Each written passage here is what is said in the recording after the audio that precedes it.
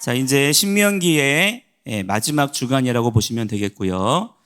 우리가 이 신명기의 말씀을 이번 주간에 34장까지 이렇게 보게 되고, 마지막 장은 우리가 다다음 주에 쉐미니 아제렛 베조트 하베라카라는 시간이 있는데, 그때 우리가 따로 우리가 같이 읽지는 않고 따로 여러분들이 읽어야 합니다. 그렇게 해서 신명기를 마무리를 하게 되고요. 제가 지난주 금요일에도 이 부분을 말씀을 드렸는데, 이 신명기의 말씀이 언제 주어졌냐면 캐나안 땅에 들어가기 바로 직전에 주어진 말씀이죠. 이 신명기의 말씀이 끝나면 그 다음에 이어지는 성경이 무엇입니까? 여호수아서죠. 그 여호수아서는 어떤 말씀이냐면 하나님께서 모세를 이어 이스라엘의 지도자로 세우신 누구예요? 여호수아, 예수아와 함께 하나님께서 약속하신 그 캐나안 땅으로 들어가는 말씀입니다. 그동안에 귀로만 들었던 그 땅을 실제로 보게 하시는 그러한 말씀이 여호수아서의 말씀인 거예요. 자, 보여주시는 말씀이라고 하는 그 성경의 제목이 또 하나가 있습니다. 어디일까요? 바로 계시록입니다. 그래서 여호수아는 계시록의 또한 예표가 되는 말씀이 되는 거예요. 하나님께서는 이스라엘 백성들에게 너희들이 배 두드리고 살 만한 땅을 그냥 주시는 그것이 아니라, 하나님은 캐나안 땅을 하나님의 땅으로 회복하기를 원하시는 거예요. 하나님의 나라를 완성하시는 비전에 대해서 신명기서를 넘어서 이제 여호수아서에서 보여지게 되는 건데, 그 동일한 말씀이 어디에서 완성이 되냐면 계시록의 말씀에서 완성이 되는 것입니다. 제가 그래서 여러분들에게 다음 주에 장막절 주간을 맞이하기 전에 여호수아서를 우리가 부지런히 통독을 하자 그랬잖아요. 하고 계십니까? 부지런히 하셔야 됩니다. 부지런히 하셔서 그 주어진 시간 동안 여러분이 나중에 막 시간이 다 돼가지고 몰아붙이듯이 막 억지로 하지 말고, 이렇게 충분한 시간이 주어졌을 때 즐겁게 기쁨으로 여호수아서의 말씀을 그렇게 순종함으로 읽은 자는 다음 주에 수콧이에요. 하나님의 장막절 안에서, 하나님의 장막 안에서 편안한 쉼을 누리게 될 줄을 믿습니다. 할렐루야. 자, 여러분들이 이번 주간에 그렇게 순종함으로 여호수아서를 부지런히 읽는 자들이 되기를 바랍니다. 자, 이 신명기 말씀의 마지막 부분이에요. 그러니까 하나님께서 약속의 땅 캐나안으로 들어가기 전에 우리에게 마지막으로 준비케 하시는 이 마지막 때, 마지막 시즌의 이 말씀 중에서도 마지막이에요. 자, 그래서 제목이 무엇이냐면 따라합니다. 하아즈누. 하아즈누. 무슨 뜻이냐면 귀를 기울여라 라는 말이에요. 자, 원래 이 하아즈누의 원형은 뭐냐면 따라합니다. 아잔. 아잔. 아잔이라는 말입니다. 이 아잔이라는 말에서 하아즈누라는 말이 이렇게 나오게 된 건데, 이 아잔은 무슨 말이냐면 손바닥을 펴다라는 얘기예요. 손바닥을 펴서 여러분 귀에다가 한번 갖다 붙여보세요. 이렇게. 뭐 할 때 여러분 이렇게 하나요? 네, 세미한 음성을 여러분들이 잘 듣고자 하는 마음으로 귀 기울일 때 이렇게 귀를 내 손바닥을 갖다 대면서 귀를 기울이잖아요. 이게 하아즈누예요. 아잔입니다. 하나님께서 마지막 시즌에 우리에게 주시는 말씀을 우리는 이렇게 듣겠다는 거예요. 자, 이 말에는 두 가지 의미가 있어요. 하나님께서 비밀의 말들을 우리에게 풀어주신다는 거예요. 하나님께서는 말씀하실 때 두 가지의 방법으로 말씀하세요. 하나는 다바르입니다. 다바르는 선포하시는 거예요. 온 만물과 만민과 백성들에게 밝히 들리도록 큰 소리로 선포하시는 말씀, 이게 다바르의 말씀입니다. 하나님께서 광야 동안에 말씀하신 방법이었어요. 광야에서 이스라엘 백성들을 훈련하시고 가르치실 때 다바르로 말씀하셨어요. 그들에게 큰 소리로 하나님의 뜻이 무엇인지, 하나님의 계획이 무엇인지를 알게 하시고 듣게 하시고 배우게 하신 것이죠. 자, 그런데 이제는 하나님께서 마지막 시즌에 하나님의 구별된 백성들에게 어떻게 말씀하시느냐? 아마르로 말씀하십니다. 아마르는 친밀한 관계 안에서 사랑의 언어로 말씀하시는 거예요. 그 아마르의 말씀들을 여러분들은 어떻게 들어야 될까요? 귀 기울여야 되는 겁니다. 왜냐? 세미한 음성이기 때문에. 은밀한 말은요, 비밀스러운 말은요, 어떻게 하나요? 야, 잠깐 일로 와봐. 자, 너한테만 얘기해 주는 거야 라고 얘기하죠. 그리고 어떻게 얘기합니까? 소탁소탁 얘기하잖아요. 자, 어떤 사이에서 그렇게 얘기하나요? 원수끼리 그렇게 얘기하나요? 원수끼리 와가지고 야, 내 얘기 좀 들어봐 얘기하나요? 그렇지 않죠. 오히려 원수들하고는 거리를 두죠. 큰 소리로 막 소리를 지릅니다. 그러나 사랑하는 관계 안에서는 거리를 가깝게 하는 거예요. 그리고 가까워진 거리만큼 작게 은밀한 소리로 얘기하는 것입니다. 자, 이것이 이번 주 우리가 들어야 되는 아잔의 말씀에 순종하는 방법이 되는 거예요. 자, 하나님께서는 우리에게 때로는 큰 소리로 말씀하세요. 자, 이 큰 소리로 말씀하시는 하나님의 말씀을 또한 여러분들이 듣는 자가 되기를 바랍니다. 하나님께서 크게 말씀하실 때 아멘 아멘 할 수 있는 그런 여러분들의 그런 심령이 또한 돼야 돼요. 자, 그런데 때로는 하나님께서 아마르로 세미한 음성으로 말씀하실 때가 있다. 그때 우리는 아잔의 마음으로 아즈누 하는 자가 되어야 된다는 거예요. 자, 그러면 여러분 어떤 말이 우리에게 더 중요한 말일까요? 물론 하나님께서 나바르로 선포하시는 말씀도 중요하지만 그 중요한 말씀들 중에서도 또 중요한 말씀이 있다는 거야. 그 아잔의 말씀들을 하나님께서 우리에게 오늘 들려주고 계십니다. 자, 이번 주 하지누의 말씀의 핵심은 뭐냐면 사실은 여러분 하나의 말씀이에요. 우상 숭배하지 말라는 거예요. 오직 너의 모든 마음을 나에게만 두라. 하나님은 이번 주간에 이 말씀을 우리에게 듣게 하십니다. 자, 여러분 우리가 이 시대 가운데 깨어서 하나님의 말씀에 귀 기울일 줄 아는 자들이 돼야 됩니다. 자, 왜냐하면 우리가 쉐마 할 때 배웠어요. 쉐마, 하나님의 음성을 듣는다라고 하는 것은 사실은 뭐냐면 보는 거예요.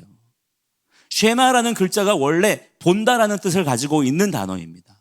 단 뭐를 보냐? 진짜를 보는 눈이라는 거예요. 그 본질, 그 핵심을 보는 눈은 어디에서 오는 것이냐? 우리는 자꾸 우리 눈에 보이는 것으로 결론 내리려고 하는데 하나님은 그렇게 하면 안 된다는 거야. 하나님이 우리를 지으신 방식은 뭐냐면 듣는 것을 통해서 보게 하셨어요. 자, 이것이 하나님께서 우리를 지으신 창조 질서예요. 자, 여러분 아담과 하와가 선악과를 먹지 말아라. 하나님께서 말씀하셨죠? 그 말씀하신 것을 가지고 선악과를 바라볼 때에는 여러분 그 말씀에 온전히 순종했어요. 에덴의 삶을 살 수가 있었습니다. 그러나 이들이 뱀의 유혹에 넘어가서 뱀이 자꾸 말한 게 뭐예요? 들음을 버리고 보라는 거예요. 네가 지금 네 눈앞에 보이는 것으로 결론 내리라는 거야. 그렇게 했더니 어떤 일을 경험하게 되었어요? 하나님을 떠나게 되고 배반하게 되고 죄를 짓고 에덴에서 쫓겨나게 된 거예요. 이제는 뭐가 보이냐면 서로에 대한 그 가치와 사랑스러움과 존귀함이 보이는 게 아니라 서로 벗고 있는 게 보이는 거야. 서로의 수치와 허물이 먼저 보이는 거예요. 이것이 들음을 빼앗기고 그저 육신의 눈으로만 보려고 하는 자들의 삶의 모습이라는 것입니다. 이것을 하나님께서는 회복하라는 거예요. 여러분 우리가 마지막 때에 우리가 지금 마지막 때를 살고 있잖아요. 여러분 깨어 있어야 합니다. 지금 여러분이 아무렇게나 살면 안 돼요. 세상에서 이렇게 보여주는 대로 세상에서 말하는 대로 그렇게 살았다간 지금 이 마지막 때에는 회개할 기회가 점점 여러분 줄어들고 있어요. 그만큼 급박하고 어려운 때입니다. 자, 이때 여러분이 정말 깨어서 하나님 말씀대로만 살기 위해서는 뭐가 필요하냐? 들을 귀를 열어야 되는 거예요. 하지누, 아잔 하는 사람들만 마지막 때에 주님의 오심을 예비할 수가 있다. 자, 왜 그러냐? 들음을 통해서 진짜를 볼 수 있기 때문이에요. 여러분이 하나님의 말씀을 오늘 하루의 삶 가운데 잘 듣는 자들이 되기를 바랍니다. 보는 게 필요 없다는 게 아니에요. 보아야 돼요. 믿음의 능력은 보는 능력이에요. 그러나 이 보는 능력은 어디에서 나오는 거라 그랬어요? 들음을 통해서 나오는 것이다. 이것을 여러분들이 오늘 하루의 삶 속에 잘 깨닫고 순종할 줄 아는 자들이 되기를 축복합니다. 오늘 우리가 함께 선포했던 말씀 가운데서도 하나님은 들음을 통해서 뭐를 보라고 말씀하시냐면 13절에서 바위에서 꿀을 빨게 하신다 그랬어요. 바위에서 우리에게 꿀을 빨게 하신다. 차돌바위에서 기름을 빨게 하신다는 거예요. 여러분 꿀과 기름은 광야에서 또한 고대 근동 지역에서 가장 값비싼 것으로 존귀한 것으로 여겨졌던 거예요. 꿀은 달콤한 것이죠. 기름은 부유함을 상징하는 것입니다. 그런데 이것을 어디에서 주신다는 거예요? 반석에서 주신다는 거예요. 바위에서 주시겠다는 거예요. 바위, 반석이라고 하는 것은 에벤이라고 해서 하나님의 아들이신 예슈아를 상징하는 거예요. 여러분 우리는 오직 예슈아를 마슈아로 인정해 드릴 때 그 예슈아께로부터 꿀과 기름을 공급받을 수 있는 자입니다. 하나님은 우리 보고 굶어 죽으라고 하지 않으세요. 너희들 거지처럼 살아라고 하지 않으세요. 그냥 무조건 헌신하고 충성해 이렇게 말씀하지 않으십니다. 하나님은 우리를 살찌우시는 분이에요. 우리를 윤택하게 하시는 분이고요. 우리를 꿀과 기름으로 공급하시는 분이십니다. 여러분이 나름대로 내 인생에 좋은 것들을 기대하고 소망할 테지만 여러분이 기대하는 것보다 하나님은 더 좋은 것으로 공급하기를 원하세요. 단 그 출처가 어디냐 이거예요. 그 모든 좋은 것들이 예수와께로부터 공급되어지지 않는 것이라 한다면 다른 모든 것들은 우상 숭배로 흘러갈 수가 있다는 거예요. 여러분이 이 시간에 마음을 정하셔야 됩니다. 내 삶에 필요한 모든 것들은 예수와께서 공급해 주신다. 이 믿음이 있어야 되는 거예요. 내가 예수님 믿으니까 굶어 죽자 이게 아니에요. 예수와께서 우리의 신실한 공급자가 되신다. 우리가 예수님 믿으니까 먹고 사는 문제에 연연하지 말자. 굶어 죽어도 예수님 믿자. 물론 우리가 신앙의 방향을 예수님께 두는 것은 맞지만 그러나 기대와 소망이 잘못됐어요. 예수님에 대하여 하나님에 대하여 우리는 성경을 통해서 바르게 이해하는 자가 돼야 됩니다. 하나님은 우리의 신실한 공급자가 되어주기를 원하세요. 하나님은 우리가 메마르지 않기를 원하세요. 물론 우리가 하나님 말씀에 순종하며 걸어가다 보면 우리가 사망의 음침한 골짜기로 지나갈 때도 있어요. 물론 그 음침한 골짜기 힘듭니다. 어려워요. 그러나 그 골짜기도 하나님께서는 지키시고 보호하시는 가운데 건너게 하시는 거예요. 그리고 마침내 목적지가 어디예요? 푸른 초장 쉴 만한 물가로 인도하시는 신실한 하나님이심을 여러분들이 오늘 하루의 삶 속에 믿는 자들이 되기를 축복합니다. 그렇게 인도하시는 거예요. 14절에도 보니까 소의 버터와 양의 젖을 가장 좋은 어린 양과 함께 바산의 수량들과 수렴소들을 잘 익은 밀 알갱이와 함께 먹게 하시며 얼마나 풍족한 모습이에요. 발효된 피 같은 포도주를 마시게 하셨다. 우리에게 떡과 포도주로 배부르게 하시는 하나님의 놀라운 은혜를 우리가 말씀을 통해서도 볼 수가 있는 것이고 약속을 우리가 바라볼 수가 있는 거죠. 근데 15절에 그런데라는 말이 나와요. 그런데 예슈run은 뭐냐면 이스라엘을 사랑스러운 말로 부르는 거예요. 예슈run이 살찌더니 그렇게 하나님께서 살찌우게 하시고 공급하시고 윤택하게 살게 하셨더니 어떻게 했다는 거예요? 충격적인 표현이 나옵니다. 어떻게 했다는 거야? 그를 발로 찼다는 거야. 여기서 말하는 그가 누구예요? 하나님이에요.